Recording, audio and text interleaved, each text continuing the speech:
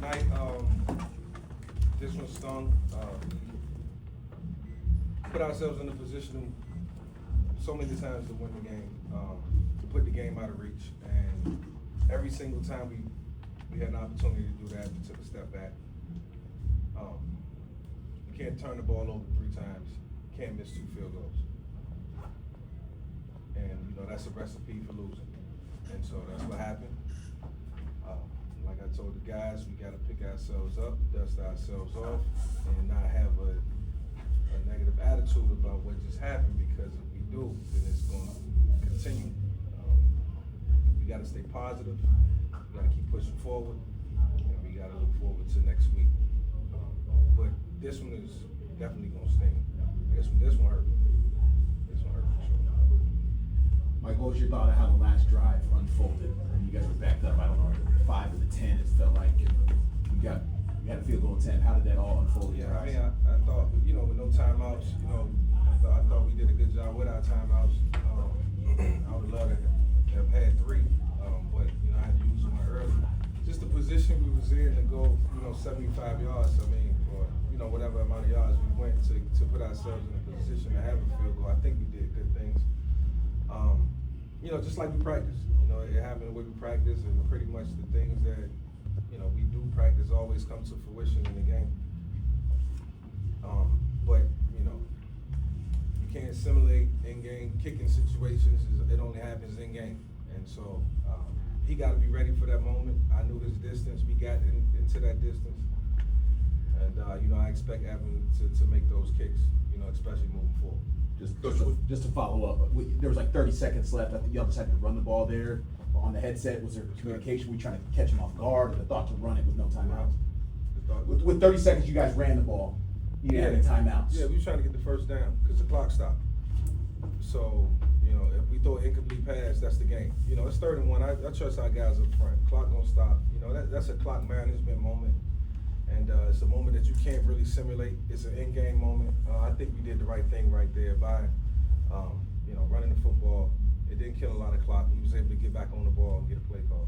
Coach, what do you tell Evan? Obviously he was pretty torn up at the end of the game there. What do you tell him?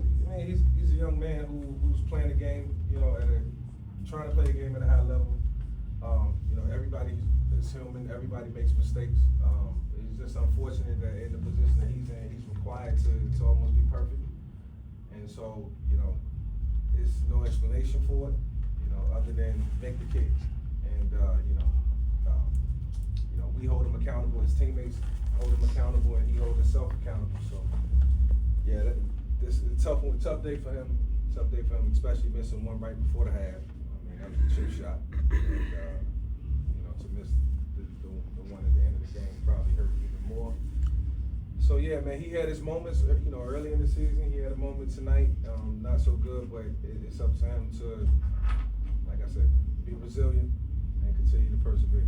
And you were talking about the turnovers. What two-parter here? Were the 3 did you see? Were they more on your end, or is it more things Sacred Heart did? And if so, is there optimism that it's things you can fix? The fumble with Kayvon, that was just unfortunate. I have to go back and look at it. It happened fast. I think we had a blitzer off the right side, and he tried to spin.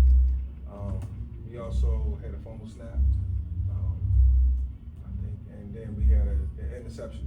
All the while we trying to, get ahead, 14-7 lead. We trying to, our goal was to come out, start fast, and just, put them away. But like I told them, if you let a team hang around and give them momentum on the road, momentum is a real thing. And so they learning how to win. They gotta learn how to keep themselves out of trouble, and not put themselves in a position where they give the game away. And so, it's just a new attitude that we trying to carry around here. But at the same time, while we doing it, we gotta make the plays in the moment. That's what football is all about, making the plays when you're supposed to make them. And Coach, you guys had a few illegal substitution penalties in the first half on defense. Where was that miscommunication? Yeah, they subbing, we subbing, and so we got to get dialed in when it comes to that. I'm going back and forth on the headset, but those things happen. we just got to clean it up, and it's part of the reason we did lose the game, and we did put ourselves in an unfortunate position. But to be in the game, in the end, is all you can ask for. And so we had our chance. We had the chance to come back and force it into overtime, and we didn't do that. And so everything that happened in between has to be corrected moving forward. Coach, both teams had a slow start coming out of halftime. No one scored until the end with the Pioneers in their field goal. What do you think happened there? Well, our goal was and objective was to kick off, early in the game and defer to the second half. Defer, we get the ball, and that's our momentum starter. That's how we get that's how we get the momentum. Even though we didn't expect to go into the half, down 7, we would have preferred to go in down 4. Make the field goal, and now we got some momentum coming out. So that's always, my forward thinking in terms of how we just gonna push the pace of the game. Unfortunately for us, we came out and we didn't do anything. I think we went 3 and out, and then from there it's just a back and forth game, field position game. We had a little wind going into our far end zone, and so it was just field position game. Got to make a play. Somebody got to do something. Unfortunately, it didn't happen until late, or until Kayvon popped the big run. Just to follow up, things did pick up in that fourth quarter. What was that conversation after the third that got their momentum going? I mean, throughout the game, we had opportunities. We had everything that we thought would work, and that's the unfortunate part. We really and take nothing away from them, but we really gave the game away. We had opportunity, and so the little mistakes that add up if you keep allowing them to. And so once we put it all together, that's a good football team in that locker room. But they got to learn the hard way, and they will. And this is one of those days where they're gonna learn the hard way. And I to assure you this: every single man in that locker room is distraught right now. This one touched them. This one touched them, as it should. 550 yards of offense, I think I saw for you guys. Is it? You guys right there? You know what I mean? Are you kind of right there? Just need a couple things to go differently, and then you're off and running. Yeah, it certainly has to pick up before we get into conference play. Every game counts. Everything matters around here for us, and so down to a T, man. Just letting games get away like this. Doing the small things, doing the little things, and it's time for me to tighten up and button up on some things, with the guys. And so I got to do whatever I can to help them eliminate the distractions that happen on and off the field. And so I always tell them the little things add up to the big things. And sometimes it sounds cliche, and they think I'm saying the same things over and over again. But I can't go to the next step until I see that you understand what the message is trying to be conveyed. And so we got a lot of work to do, man. We got a lot of work to do. I'm looking forward to getting back at it, man. And we got a long week of practice ahead of us, and we'll be ready to go this Saturday. Coach, these Spartan fans have stuck by you through all the lead changes for this particular game. Can you just talk a little bit about that fortitude and that mental toughness that creates that environment for you all to go towards this single goal? I mean, football is going to be back and forth. Obviously we would love to come out and just jump out, on top and get a 21-point lead and play with a lead and just keep the crowd enthused and into it. And it's coming. It's going to happen. It's going to happen. But it's up to them to believe that that's going to happen. I know it can happen. I know what we can do. But at the same time, you got to make the plays that you're supposed to make. And we just got to put ourselves in a position where we do take care of business when it's time, and not have setbacks. You saw a lot of good things from your skilled players tonight. Otto over 340 passing yards, 2 receivers over 100, I believe Ken and JJ.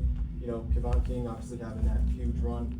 What is sort of the mindset from practice this week, sort of building off those big performances, but obviously wanting to see a different result next week? Yeah, I think we continue to do what we've been doing. I don't think we change things like, more, quarterback, running back exchange maybe. Maybe some, field goals in some situational periods and some situational moments. Outside of that, it's just keep doing what we're doing. And is gonna fall into place. I challenge these guys to watch film and learn. We challenge them to come in and sit down and watch film with us and learn. And so, you know, as we continue to do that, as we continue to grow, we'll get better. But we've dug ourselves into a hole that, you know, fortunately for us, we can get ourselves out of. But, you know, right now it's a true meaning of one day at a time, 1 week at a time. Been a couple games this year where you guys have struggled to stop the run. Sacred Heart had nearly 300 yards of rushing. What needs to change there for you guys to be able to stop running? That's something we're gonna take a hard look at this week. You know, I'm involved usually on the offensive side of the ball, but maybe got to pay some more attention to what's going on the defensive side of the ball. And look, this is all about communication. It's all about having conversation and trying to figure out what the solution is. And so it's no time to panic. It's not right now. And you know, as tough as tonight was, it's still light at the end of the tunnel. And for us, it's not how you start, it's how you finish. And so we look forward to finishing strong. It seemed like the defense ran with a 4-man front for more of this game than they have in the past. How do you think the defense kind of benefited from that this week? And if that's the plan moving forward, how do you think it will continue to benefit from that sort of? Yeah, I think our scheme is, you know, pretty much more of a 4-man. You know, we can jump into a 3-man, and so we, you know, a lot of pressures out of each package. But you know, the offenses are so similar, you know, week in and week out, that you can kind of stick to the same things, and then it's a wrinkle here and a wrinkle there. So for me, it's just paying more attention to what's actually happening and what the opposition is doing, and you know, just try to play, get stops. You know, limit obviously, you know, the opposition from rushing the football for over 200 yards. That's not gonna cut it. And nowhere in football on any level. So yeah, as I think about, you know, this week, you know, coming up and the things that need to change, I got to take some of the positives away from it and certainly correct the negatives. All right. Appreciate it, Coach. Thanks a lot. Thank you.